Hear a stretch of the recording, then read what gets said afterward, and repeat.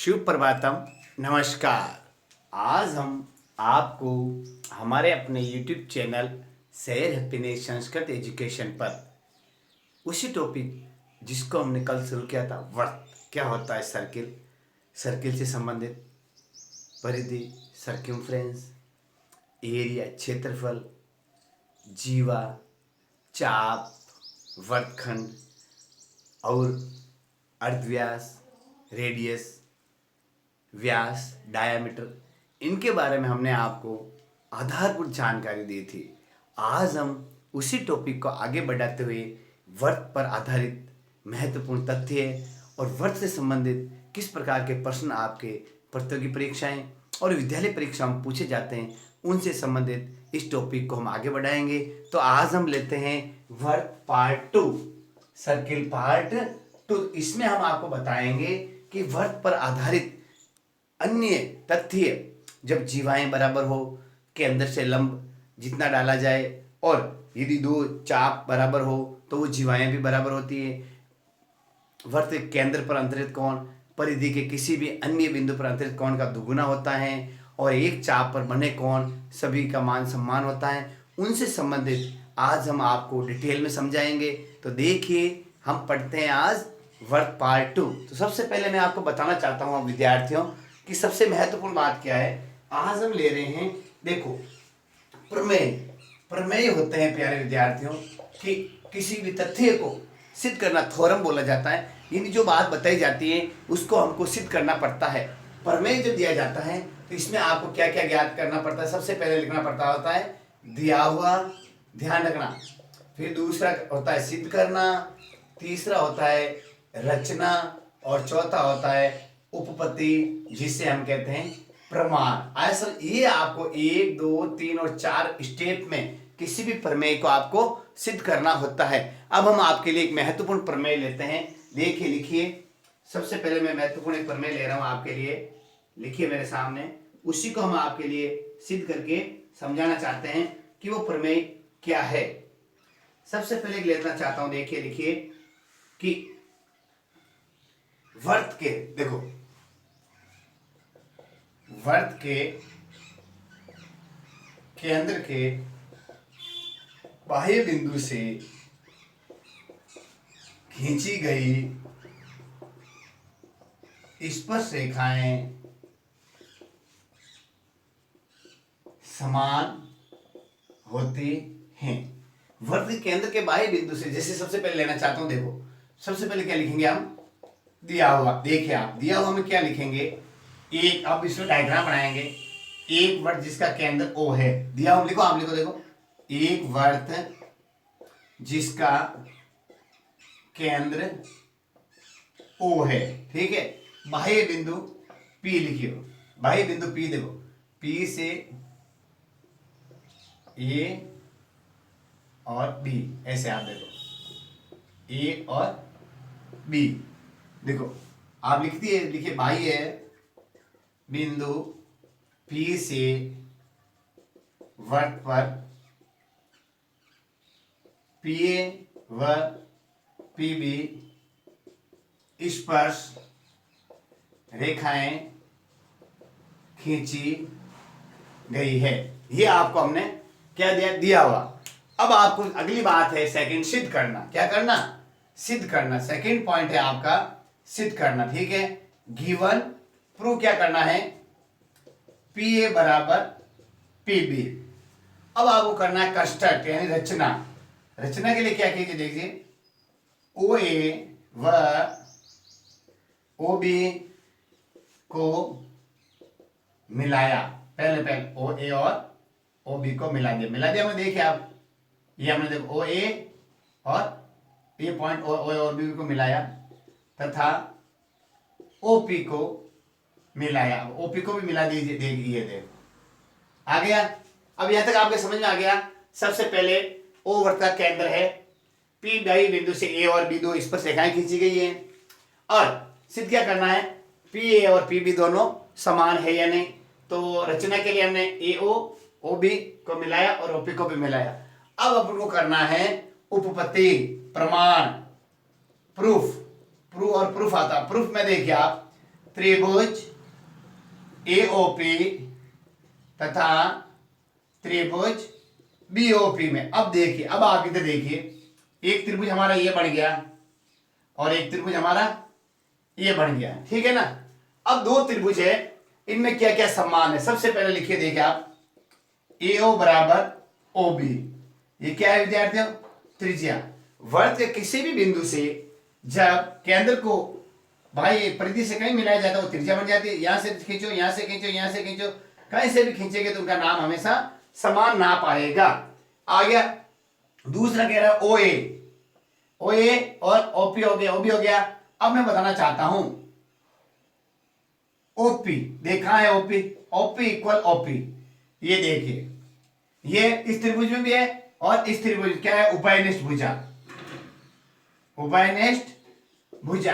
अब अगली बात बताना चाहता हूं, जब केंद्र से परिधि पे किसी बिंदु को मिलाया जाता है और उसका भाई स्पर्शरेखा के साथ मिलाया जाता है, हमेशा 90 डिग्री का कोण बनता है। ये ध्यान रखना है, कितना का बनता है, 90 डिग्री का। तो कोण ए बराबर कोण बी क्या आएगा, CPCT, यानी 90 डिग्री का कोण होता है जब दो। अब इसमें कौन सा नियम लगेगा आपके, हैं बता सकते हो आप। अब देखो, जब सर्वांग समता की जाती है उसमें SAS, ESA, SSS और कौन सा होता है, RHS, कौन सा होता है, RHS, राइट साइड हाइपोटेनस, ऐसे समझे, राइट हाइपोटेनस साइड, ऐसा। ये आपको बताना चाहता हूं, जब एक त्रिभुज में दो भुजाएं और एक कोण, या तीनों भुजाएं, या दो कोण और एक भुजाएं,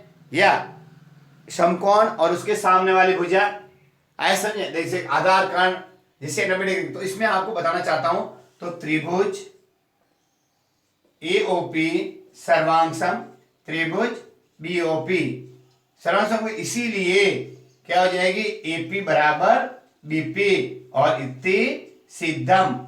इस प्रकार हमने आपको ये प्रमेय बहुत ही शॉर्ट ट्रिक में समझाया, किस प्रकार हम इनको सिद्ध कर सकते हैं।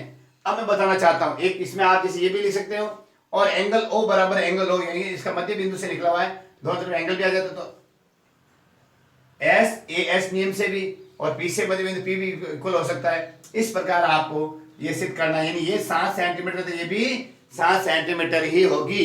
आगे समझ में आपको, ये मैंने आपको पहला बताया है कि वर्त के केंद्र यानी से बाह्य बिंदु से किसी वर्त के बाह्य बिंदु से खींची गई स्पर्श रेखा हमेशा क्या होती है, दोनों स्पर्श रेखाओं की लंबाई हमेशा समान होती है। इस प्रकार हमने आपको आज एक प्रमेय बताया। अब इसके बाद में ये लिख लीजिए आप, जो प्रमेय को कैसे, ये थ्योरम होती हैं, उस प्रमेय को किस प्रकार हम सिद्ध करते हैं उससे संबंधित हमने आपको बताया, लिख लिया आपने। अब मैं आपको इसी वर्त पर आधारित महत्वपूर्ण बात बताना चाहता हूं। क्या बताना चाहता हूं, लिखिए आप, देखिए ये मिटा रहा हूं, मिटा दो। अब यदि वर्त के दो चाप, उनकी यदि लंबाई समान है, तो उन चाप के द्वारा खींची गई क्या जीवाएं भी आपस में समान होगी। जैसे देखो, किसी वर्त के समान चापों द्वारा खींची गई जीवाएं भी समान होगी। देखिए कैसे, अब मैं बताना चाहता हूं, हमने दीर्घ चाप और लघु चाप पढ़ा है। जिससे ये ले रहा हूं मैं वर्त, ओ वर्त का केंद्र है, यहां से मैंने एक चाप काटा, देखना आप AB, और यहां से चाप काटा मैंने CD, AB को जो मिलाया और CD को मिलाया। अब इन दोनों चाप यानी बराबर चाप, वर्त के समान चाप है, इतना चाप यहां काटा और इतना चाप यहां भी काटा।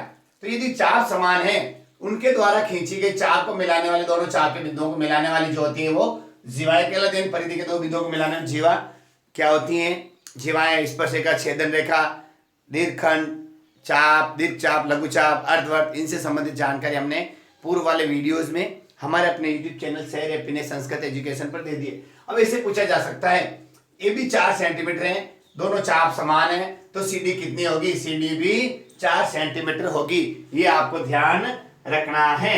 यानी जब चाप दो वर्त में दो समान चाप है, दोनों चाप समान है, तो इनकी जो संगत जीवाएं होगी दोनों वो भी समान होगी। ये बात मैंने आपको आज समझा दी है। अब अगली बात लेते हैं। देखिए, मैं सबसे पहले महत्वपूर्ण बात आपको बताना चाहता हूं, क्या कि वर्त के केंद्र से, देखो लिखिए आप, अगला है वर्त के केंद्र से जीवा पर डाला गया लंब जीवा को समद्विभाजित करता है, यानी जीवा को बराबर दो भागों में बांटता है। लंब जीवा को दो समान भागों में बांटता है। कैसे? देखिए, सबसे पहले ये वर्त है, ये वर्त का केंद्र O है। अभी जीवा हमने ले ली XY। अब यहां से लंब कैसे डाला जाता है, क्या होता है? लंब समझे दो पॉइंट, और ऐसे जब इसमें लंब डाला जाएगा, यदि जैसे P बिंदु है, ऐसे समझे PA OA लंब डाला जो XY को P पर काटता है, तो XP बराबर PY, यानी XY मान लो 10 सेंटीमीटर है, तो दोनों तरफ 5-5 सेंटीमीटर ये हो जाएगी। ये ध्यान रखना है आपको, यदि कभी प्रश्न पूछा जाए तो आपको ये ध्यान रखना है क्या कि केंद्र से जीवा पर डाला गया लंब जीवा को समद्विभाजन यानी बराबर दो भागों में बांटता है।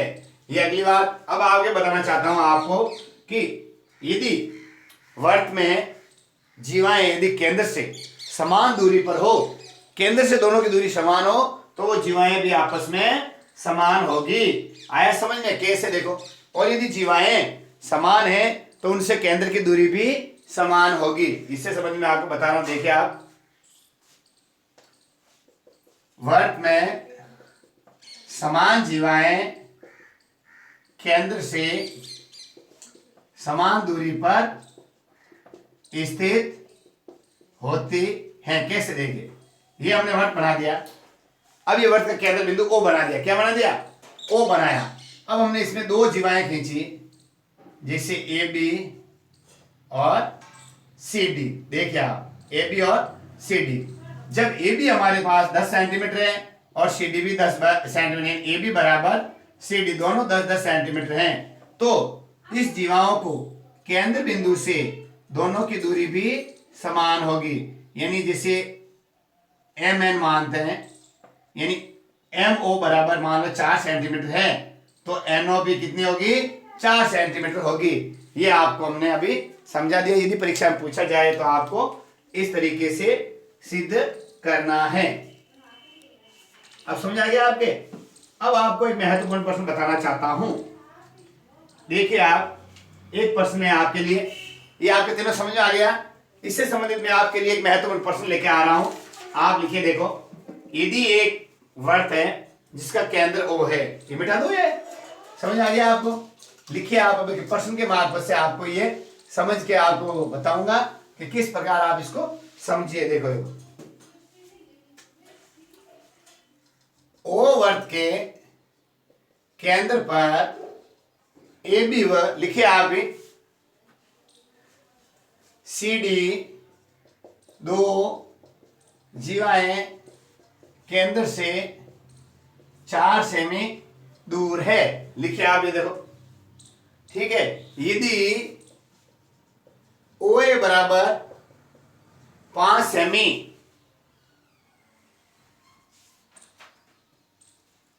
हो तो जीवा CD की लंबाई ज्ञात करो।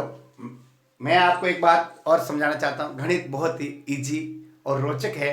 जितना आप पढ़ेंगे, जितना आप प्रयास करेंगे यानी अभ्यास करेंगे, तो आपको बहुत ही इजी लगेगा। अब क्या करना, देखिए, कुछ नहीं करना है। जो प्रश्न कह रहा है, एक O वर्त का केंद्र बनाइए, ये बना दिया। O हमने वर्त का केंद्र बना दिया। यहां तक समझ आ गया आपके? अब आगे क्या कह रहा है? AB और CD दो जीवाएं हैं। देखिए, ये O वर्त का केंद्र है, ये AB और ये CD बन गया। आपके समझे? दो जीवाएं। आगे क्या कह रहा है? जो दोनों केंद्र से 4 सेंटीमीटर दूर है, यानी यहां से यहां तक कितनी है भाई? 4 सेंटीमीटर। तो इधर भी कितनी हो जाएगी? 4 सेंटीमीटर दूर। यहां तक समझ आ गया? अब मैं आपको बताना चाहता हूं, यहां पे आ गया समझ में? अब क्या कह रहा है, सुनना आपको। अब कर रहा है ओ ए, कहां है ओ ए, ये ओ ए, आगे समझिए, ये ओ ए आपका समझ आया, देखो ये ओ ए अपना कितना है 5 सेंटीमीटर।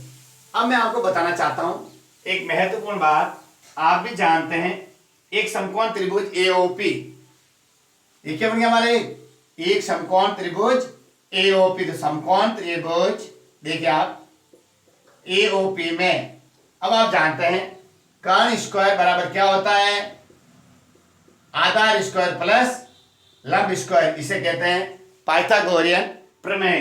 तो प्यारे विद्यार्थियों, सबसे पहले मैं बताना चाहता हूं, अब देखिए क्या करेंगे, ये क्या आ गया, आधार स्क्वायर क्या है, तो आधार स्क्वायर क्या होगा, कर्ण स्क्वायर माइनस लंब स्क्वायर, कर्ण स्क्वायर माइनस लंब स्क्वायर। कर्ण कितना है 5 का स्क्वायर माइनस 4 का स्क्वायर, 5 और 25 माइनस 16, तो √9 बराबर 3। प्यारे विद्यार्थी एपी कितना सेंटीमीटर आ गया अपन के 3, तो एपी जितना के जितना है उतना उतना कौन सा हो जाएगा, क्यों कि जब मैंने पहले बताया था कि अंदर से जीवा पर लंब डालते हैं तो दोनों इक्वल होते थे, ये 3 है तो ये भी 3, तो ए बी बराबर कितनी हो गई, एपी प्लस बीपी, तो 3 + 3 बराबर 6। अब अगली बात जो हमने पहले बताई कि अंदर से जीवा की दूरी समान हो तो वो जीवाएं भी समान होगी। तो इधर भी देखो 4 और इधर भी 4, यानी जो सी डी है केंद्र से 4 सेंटीमीटर दूर है और ए बी भी 4 सेंटीमीटर दूर है, तो क्या होना चाहिए, ए बी बराबर सी डी। तो कितनी, ए बी 6 है तो सी डी भी कितनी होगी 6, तो आंसर आएगा हमारा सी डी बराबर 6 सेंटीमीटर। अच्छी तरह आपके समझ में आ गया होगा कि किस प्रकार हम जीवाओं की जो लंबाई है ज्ञात कर सकते हैं। ये आपको ध्यान रखना है कि कर्ण स्क्वायर बराबर आधार स्क्वायर प्लस लंब स्क्वायर होता है, लेकिन यहाँ आपको क्या ज्ञात करना है, आधार ज्ञात करना है, तो कर्ण स्क्वायर में से लंब घटा दिया। अब मान लो ये नहीं देवे, एपी दे देवे 3 और ये 5, तो आपको क्या ज्ञात करना पड़ेगा, लंब स्क्वायर ज्ञात करना पड़ेगा। तो लंब स्क्वायर के लिए विद्यार्थियों वो का वो सिस्टम है, कर्ण स्क्वायर माइनस आधार स्क्वायर कर देना, यानी 5 के स्क्वायर में से 3 का स्क्वायर, 25 माइनस 9, 16 का रूट आ जाएगी 4। आगे समझे। अब यदि आपको एपी और ओपी दे देवे तो कर्ण ज्ञात करना हो यदि, तो कर्ण स्क्वायर बराबर होगा आधार स्क्वायर प्लस लंब स्क्वायर। ये ध्यान रखना, सबसे जो 90 डिग्री के सामने वाली भुजा होती है वो कर्ण होता है, और इसको ज्ञात करने के लिए दोनों भुजाओं को क्या करते हैं, आपस में गुणा यानी स्क्वायर करके वर्गमूल निकालते हैं। जैसे देखो 3 का स्क्वायर प्लस 4 का स्क्वायर, 3 × 3 = 9, 4 × 4 = 16, 9 और 6 = 25, 25 का वर्गमूल 5, ये आ गई अपनी 5। इस तरीके से आपको ये ज्ञात करना है जब जीवाणुओं से संबंधित कोई पूछा जाए तो। आज हमने आपको बहुत ही महत्वपूर्ण जानकारी दी हमारे अपने YouTube channel share happiness Sanskrit education पर। अगला पार्ट इसी के संबंधित वर्त पर पार्ट 3, इसमें वर्त से संबंधित कोण, वर्त पर किस प्रकार कोण बनते हैं, केंद्र से बने कोण परिधि पर अंतरित कोण का दुगुना होता है किस प्रकार, उसको हम समझाएंगे। वर्तखंड के ऊपर एक चाप पे बने कोण का मान हमेशा समान होता है। अर्धवर्त पर बने कोण कितना होता है 90 डिग्री, यानी एक समकोण बनता है। ये भी आपको हम आगे आने वाले वीडियोस में बताएंगे। तो देखते रहिए हमारा अपना YouTube channel share happiness Sanskrit education. नमस्कार विद्यार्थियों को भेजिए, आप भी पढ़िए। नमस्कार।